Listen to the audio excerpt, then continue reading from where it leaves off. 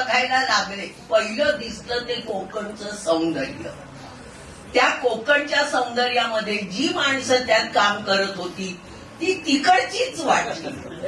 प्रल्हाद तर एक्झॅक्ट तिकडचा, त्याच्या कानात बोलले पण. आणि याच्यात मला वाटलंच की प्रत्येक मुलीला वाटतं की आपल्याला शहरातला नवरा पाहिजे, मुंबईतला नवरा पाहिजे. पण त्या मुंबईचं दुःख काय आहे ते तिथे गेल्याशिवाय कळत नाही. त्यातली धावपळ, त्याच्या पाठी जे लागलेलं असतं, तुमच्या गावातलं जे मोकळेपण आहे, जी हवा आहे, जी माणुसकी आहे, ते इथे मुंबईत तुम्हाला कुठेही बघायला मिळत नाही. माणसाला असं प्रेम कळलं पाहिजे जे लोकांना कळत नाहीये. म्हणजे मी सगळ्या मुलींबद्दल बोलत नाही, पण काय काय मुली असतात त्यांना घरची माणसं नवऱ्याच्या घरची नको असतात.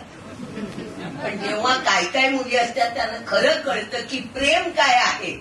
हे या सिनेमाने दाखवलं की मोठ्या मोठ्या याला भुलू नका, साधेपणातला साधेपणा काय आहे तो ओळखा आणि तसं प्रेमाने नांदा. यातली वाक्य सुद्धा मला आवडली. हवा बदलली की माणसं बदलली.